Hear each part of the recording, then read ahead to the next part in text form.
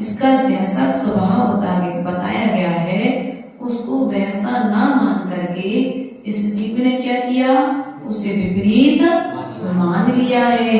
करें देह में निज पहचान, इसी कारण से यह जीव बार बार क्या कर रहा है, देह को प्राप्त कर रहा है। अर्थात देह की परंपरा को यदि समाप्त करना है तो हमारे लिए पहले देह से मोह का त्याग करना पड़ेगा। क्या करना पड़ेगा?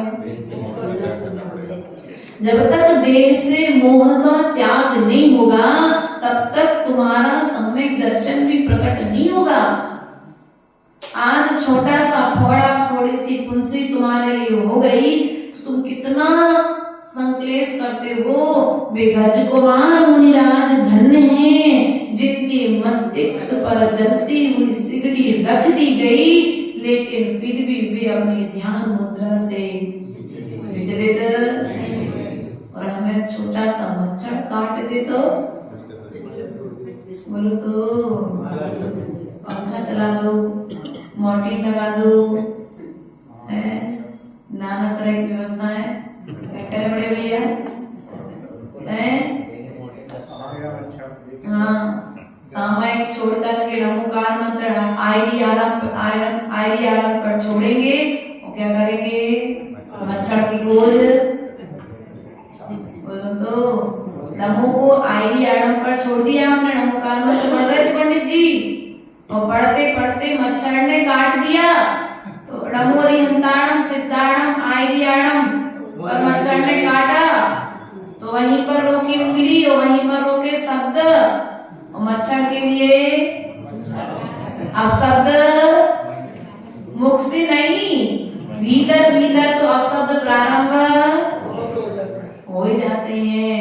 प्रिय बंधुओं, ये क्या है? यही तो तुम्हारे मोह की दशा है जो मच्छर को भला भला कहने के लिए मजबूर कर रही है। इसलिए प्रिय बंधुओं, इस देह से हमें मोह का त्याग करना है। क्या करना है? देह का त्याग नहीं करना है। तो मोह का त्याग कर दो, देह अपने आप छूट जाएगी। एक काम करो फिर संघ श्री माता जी, आज से उपास करना प्रारंभ कर दो तो देह अपने आप छूट जाएगी। देह के लिए कुछ करने की जरूरत है, क्योंकि पेट है सो भोजन करने जाना पड़ता है ना? पेट है सो नित्य क्रिया के लिए जाना पड़ता है। आंखें हैं सो सोना पड़ता है कि नहीं है? बहुत सारी ऐसी शारीरिक व्यवस्थाएं हैं जिनको हमें समय देना पड़ता है, उन कार्यों को करना पड़ता है। एक काम करो, एक उपास भोजन करने बंद कर दो तो सब कुछ अपने आप बंद। ध्यान रखना, ऐसी मूर्खता मत करना। ज्ञान पूर्वक यदि त्याग करोगे तो कर्म की निर्जरा होगी, और अज्ञान पूर्वक यदि त्याग करोगे तो कर्म का बंध हो जाएगा। कर्म का बंध हो जाएगा, क्योंकि पैर दर्द हो रहे हैं तो एक काम करो, भोजन हम देंगे नहीं तो ये पैर ही गिर जाएंगे। भोजन करना न्याय है क्या? चारित्रम खलु धम्मो। क्या कहा यहाँ पर? चारित्रम खलु धम्मो, अर्थात चारित्र के निर्दोष पालन के लिए हमारे लिए इस शरीर की सेवा तो थोड़ी बहुत करनी पड़ेगी कि नहीं करनी पड़ेगी? उतनी सेवा करो जितनी सेवा करने से साधना हो जाए। लेकिन हम शरीर की सेवा में इतने व्यस्त हो चुके हैं कि आज हमारा ध्यान हमारी आत्मा की ओर है क्या? बोलो तो नहीं है। आत्मा की पहचान ही नहीं है हमारे लिए, आत्मा की अनुभूति ही नहीं हो रही है। हो रही है क्या? बोलो। माता जी ध्यान करने तो बैठे थे, लेकिन हमें गर्मी का एहसास तो हो रहा था, लेकिन आत्मा का एहसास नहीं हो रहा था।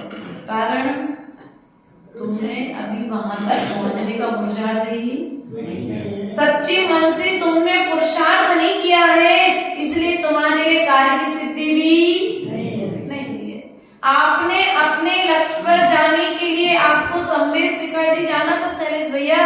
तो संबित शिखर जी जा रहे थे जब, तो रास्ते के भी कष्ट सहन किए थे, और साथ साथ में जब पहाड़ पर चढ़े थे तो पहाड़ पर चढ़ते समय सांस भी फूली थी, पसीना भी आया था, गर्मी भी लगी थी, लेकिन उन सब कष्टों को सहन करके आप पार्श्वनाथ की टॉप पर लक्ष्य में पार्श्वनाथ की टॉप अर्थात गौतम गढ़धर की टॉप पर पहुंचना हमारा पहला लक्ष्य। दूसरा लक्ष्य पार्श्वनाथ की टॉप। फिर बीच में चंदा प्रभु की टॉप पड़ेगी, बीच में अभिनंदन नाथ भगवान की टॉप पड़ेगी, बीच में शीतलनाथ भगवान की टॉप पड़ेगी, आदिनाथ की टॉप पड़ेगी। सब टॉपों के दर्शन करते हुए लक्ष्य की ओर स्थिर रहते ना। लक्ष्य बदलता तो नहीं है, बदल जाते लक्ष्य। यदि लक्ष्य बदल जाएगा तो लक्षण भी फिर, बोलो तो लक्षण भी फिर बदल जाएंगे। इसलिए हमारे लिए प्रयास और पुरुषार्थ करना है कि ये जो मनुष्य पर्याय हमें मिली है ये लक्ष्य को प्राप्त करने के लिए मिली है, लेकिन हम इस मनुष्य पर्याय में आने के पश्चात में अपने लक्ष्य को तो भूल गए कि नहीं भूल गए। जिस लक्ष्य को लेकर के हम नरकों से निकल करके आए थे, जिस लक्ष्य को लेकर के हम चिरंज गति से निकल करके आए थे, जिस लक्ष्य को लेकर हमने देव पर्याय के सुखों को छोड़ करके आए थे, वो लक्ष्य हमने मनुष्य पर्याय में आकर के प्राप्त ही नहीं किया। और यदि कोई आज मुझे उस लक्ष्य को प्राप्त करने के लिए प्रेरणाएं दे दे तो वो मुझे शत्रु के तुल्य लगता है। भैया जीवों को भैया माता जी महाराज जी के पास जाओ, वे तो बस नियम और संयम की बात करते और कोई बात ही नहीं करते, क्या की बात करते और कोई बात ही नहीं करते। तो एक काम करो, हमें वे भी क्या बोल रहे उनके पास, अब जाना जाना हमारा नियम है। कौन सा नियम? साधु के पास ना जाने का। कौन सा नियम? हाँ ऐसे भी पापी जीव है। एक राजा, एक जीव मुनिराज के पास पहुंचा, सेठ जी थे। सेठ जी ने कहा कि भैया एक काम करो, तुम नियम ले लो कुछ अपने जीवन में। तो महाराज जी से उसने कहा, महाराज मैंने अपने जीवन में आज तक कोई नियम लिया नहीं है और मैं आगे भी कोई नियम लूंगा भी नहीं, आप मुझे कितना भी समझा दें। उसने सीधी सीधी बात अपनी शैलेंद्र भैया उसने कह दी, सीधी सीधी बात, लेकिन तत्काल की बुराई जीवन भर का सुख। उसका ऐसी मान्यता कि तत्काल एक बार में जो काम कम शब्दों में हो सकता है उसको अधिक शब्दों में क्यों बढ़ाना पड़े। तो सीधा कह दिया, आप कितना ही समझाओ मैं आपसे कोई भी नियम नहीं दूंगा। महाराज ने कहा ठीक है, मैं धर्म से संबंधित तुमको कोई नियम नहीं दूंगा। मैं ना तुमसे पूजन पाठ की बात करूंगा, ना मैं तुमसे भगवान के दर्शन की बात करूंगा, ना मैं तुमसे आहार दान की बात करूंगा, ना मैं तुमसे गुरु सेवा की बात करूंगा, ना मैं तुमसे स्वाध्याय की बात करूंगा, लेकिन फिर भी तुम एक नियम तो ले लो। बोले फिर आप नियम पे आ गए। बोले मैं धर्म, बोले तुमने ये बोला ना कि मैं धर्म से संबंधित कोई नियम नहीं लूंगा, तो कम से कम कर्म से संबंधित नियम तो ले लो।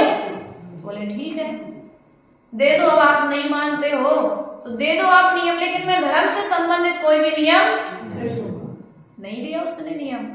महाराज ने कहा एक काम करो, तुम जब सुबह से उठते हो तो सबसे पहले किसको देखते हो?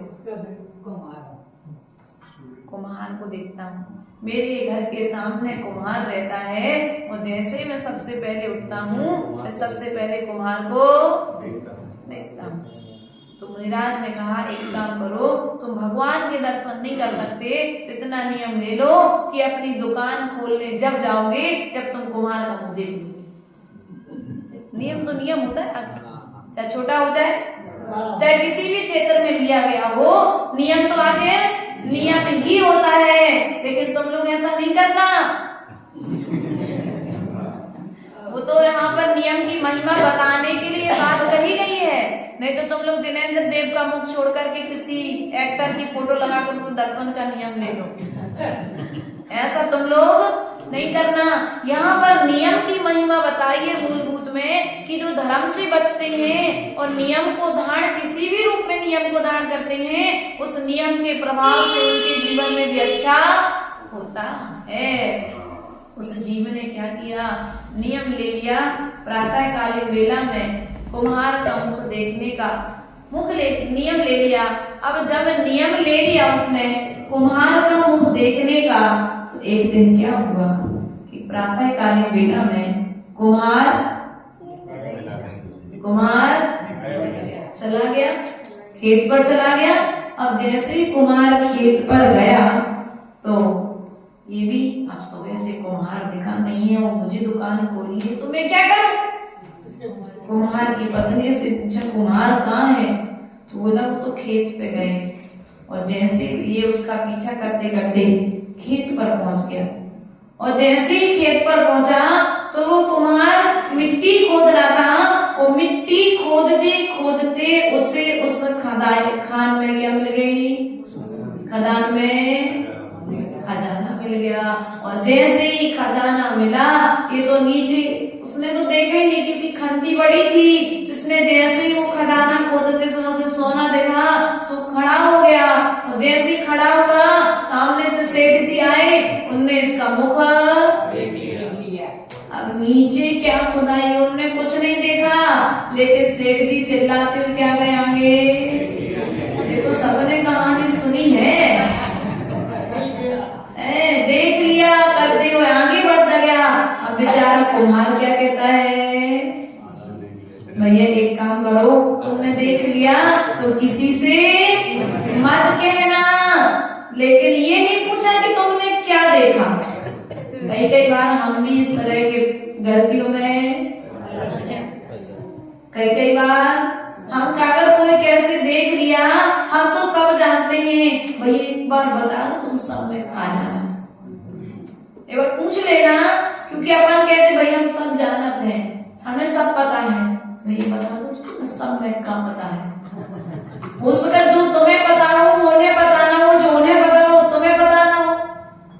लेकिन हमारे मन में क्या होता है, अब इनने हमारे घर की सब बात जान ली है, अब जान ही ली तो अपने मुख से और नहीं करते, ऐसा कर लेते हैं। वो किसान ने भी, उससे कुम्हार ने भी ऐसा ही किया।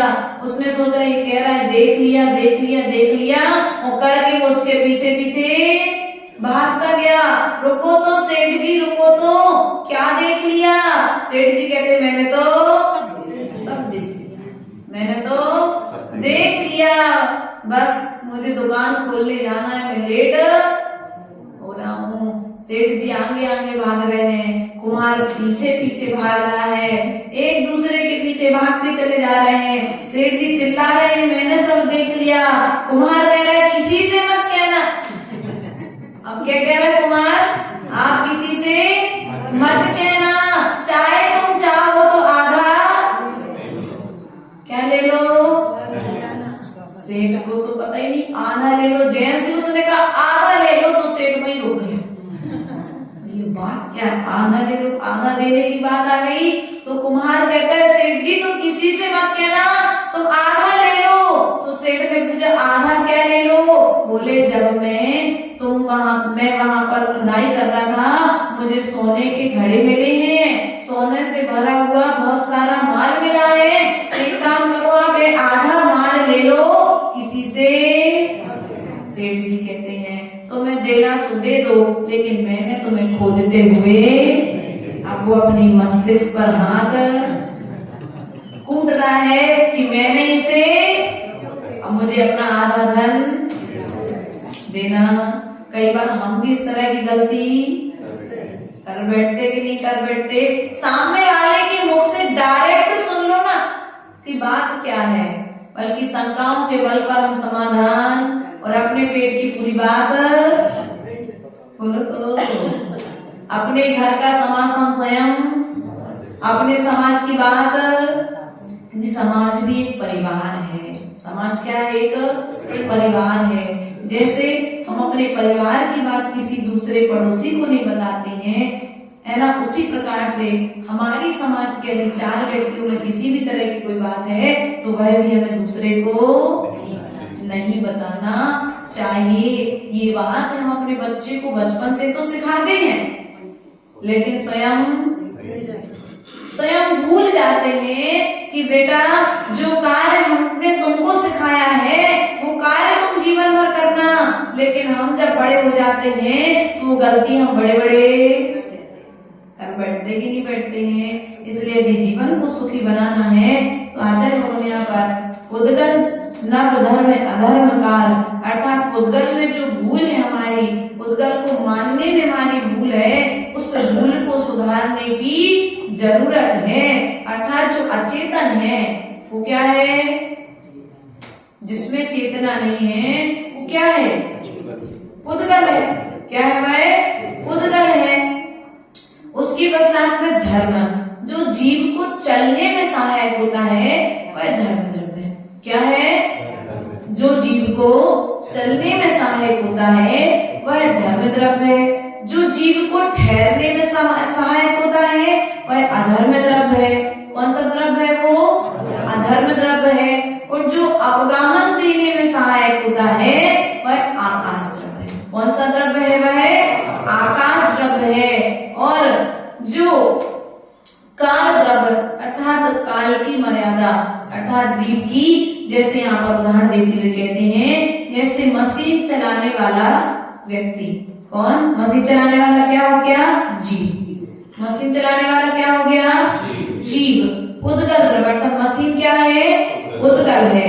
धर्म द्रव्य, मशीन का चलना क्या है, धर्म द्रव्य है। अधर्म द्रव्य मशीन या सुई का रुक जाना क्या हो गया, सुई का रुकना क्या हो गया, अधर्म द्रव्य हो गया। आकाश द्रव्य, मशीन एवं वस्त्र के रखने का स्थान क्या हो गया, आकाश द्रव्य। जहाँ पर मशीन में वस्त्र रखे जाते हैं उस सुई के नीचे वो क्या हो गया, अवगाहन देना, अर्थात आकाश द्रव्य। काल द्रव्य, मशीन द्वारा वस्त्रों का तैयार होने का जो समय है, होते समय जो समय जो लग रहा है वो क्या हो गया, काल द्रव्य जानना चाहिए। क्या किया है, इस जीव ने इन सब से अपना विपरीत, क्या हुआ, इन सब से विपरीत चला है, इसलिए इसने क्या किया है, और इन सब से इनते न्यारी है जीव चाल, इनसे विपरीत होकर के इस जीव ने अनादि काल से आचरण किया है। धर्म द्रव्य को धर्म द्रव्य नहीं माना है। ध्यान रखना, जब तक ये 6 द्रव्य नहीं होंगे भैया, तब तक तुम पृथ्वी तल पर विचरण नहीं कर सकते हो।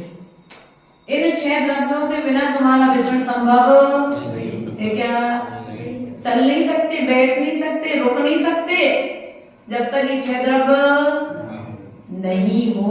इसलिए प्रिय बंधु, इन 6 द्रव्यों पर भी हमें श्रद्धा रखना जरूरी है। संसार जब तक है, जब तक तुम संसारी प्राणी हो, तब तक इन 6 द्रव्यों का सहारा तुमको लेना पड़ेगा कि नहीं लेना पड़ेगा।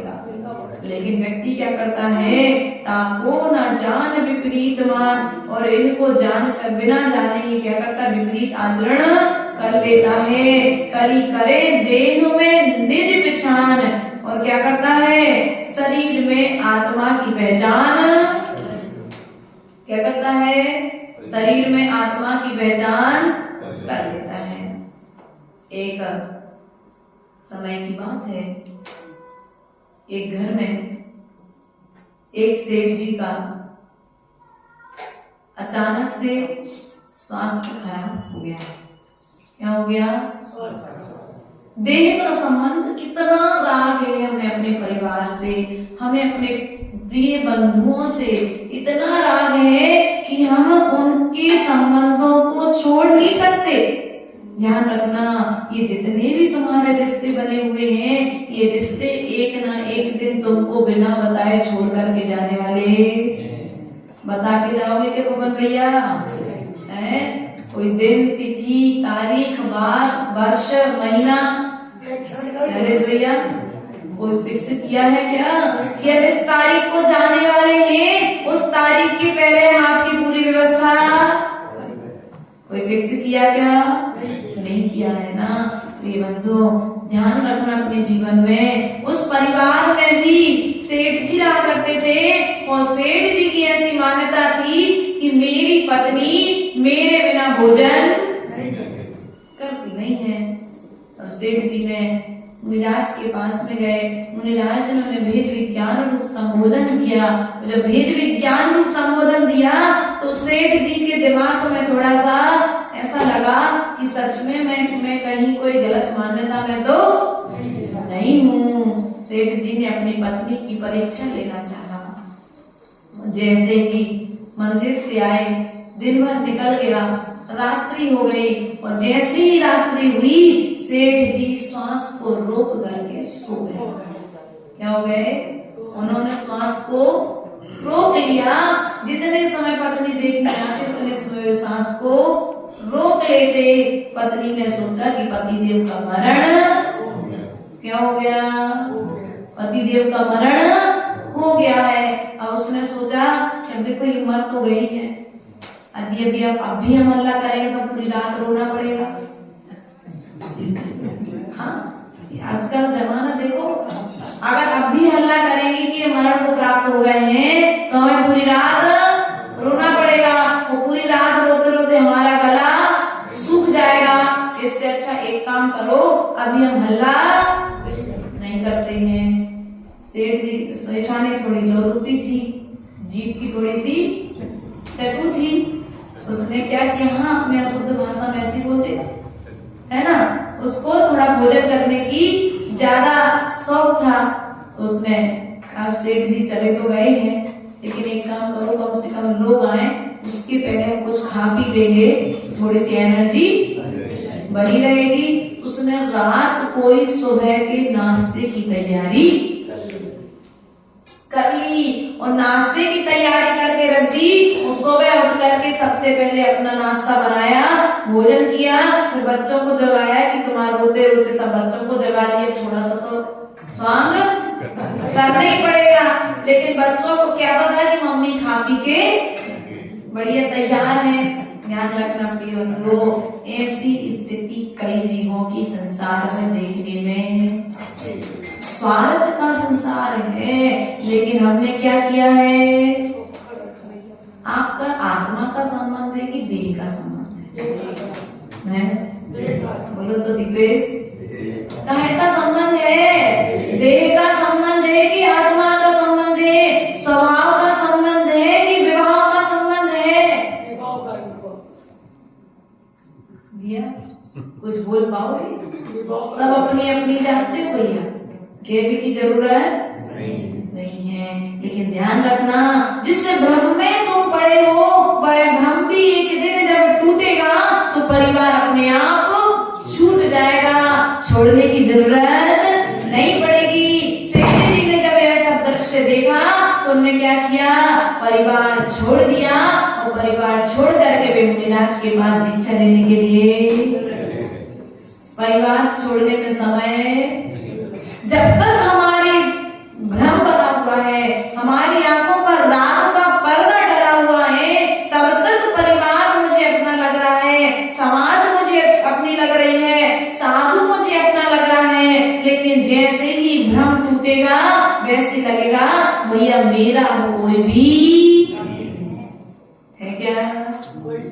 कोई अपना नहीं है, कोई अपना नहीं है, सब सपने की तरह है। किसकी तरह है? सब सपने की तरह है। जैसे सपना रात में जब व्यक्ति सोता है, आंख खुलती है तो सपना देखता है, और जब आंख खुलती है तो अपना देखता है। लेकिन आंख मुंदने और खुलने में मात्र व्यक्ति अपने विभाव को ही देख पाता है।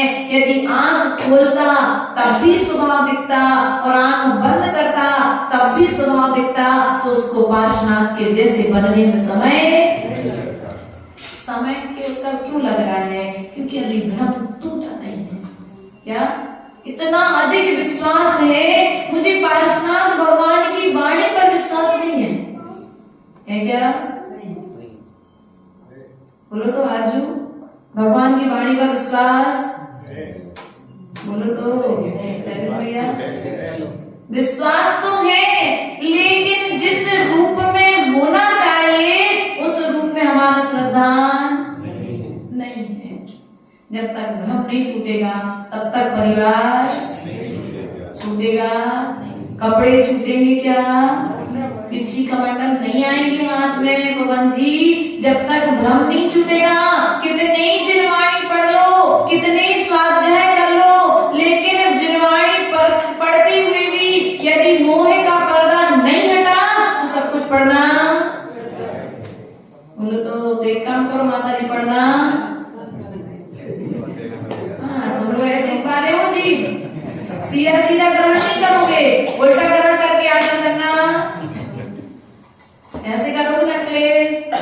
नहीं, ऐसा नहीं करना भैया, पुरुषार्थ करो, क्योंकि ये मूर्ति भी एक दिन नहीं बनती है। मूर्ति जब बनती है तो एक दिन में नहीं बनती है, धीरे धीरे छेनी लगा करके वह शिल्पीकार एक एक पत्थर को, जो अनावश्यक पत्थर है, उस अनावश्यक पत्थर को निकालता जाता है। एक दिन प्रतिमा रूप में वह पाषाण परिवर्तित हो जाता है।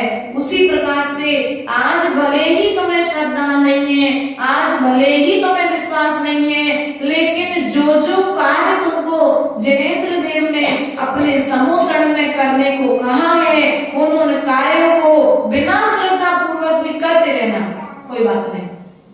क्या होता है, बच्चा जब है ना भैया शैलेश, जब बुखार चढ़ता है ना तो इच्छा से दवाई नहीं खाता है क्या? लेकिन फिर भी उसकी माँ उसको जबरदस्ती दवाई, भले पहले अपनी बिना इच्छा से दवाई खा रहा है पवन जी, लेकिन जो बिना इच्छा से दवाई खाई गई दवाई है, क्या वह रोग को ठीक नहीं करेगी? करेगी ना। जैसे दवाई अपना कार्य करती है, उसी प्रकार से धार्मिक कार्यों को करने की भले ही आपकी इच्छा नहीं हो रही है, भले आपका मन नहीं लग रहा है, लेकिन फिर भी पुरुषार्थ करते रहो।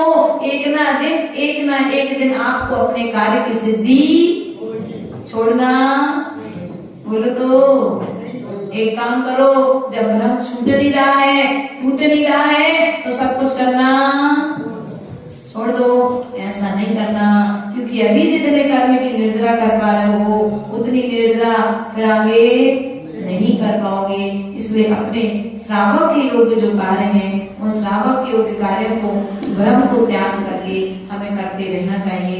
क्योंकि इतना श्रद्धा रखना कि जो आज मिला है वो कल छूट जाएगा, और जो छूट जाएगा उसको हम पहले से छोड़ने का प्रयास करेंगे। मानसिक रूप से तो छोड़ने का प्रयास करेंगे। मानसिक रूप से जब धीरे धीरे छोड़ने का प्रयास करोगे, जिससे बूंद बूंद से घड़ा बनता है, ऐसे वैराग्य के बूंद बूंद से विचारों से हमारा एक दिन पूर्ण वैराग्य प्राप्त होगा। और जब वैराग्य पूर्णता हो जाएगा तो हमें वीतरागी भगवान की तरह मुद्रा को धारण करने में समय नहीं लगेगा। बोले परम पूज्य आचार्य गुरुवर विभो सागर महाराज की जय।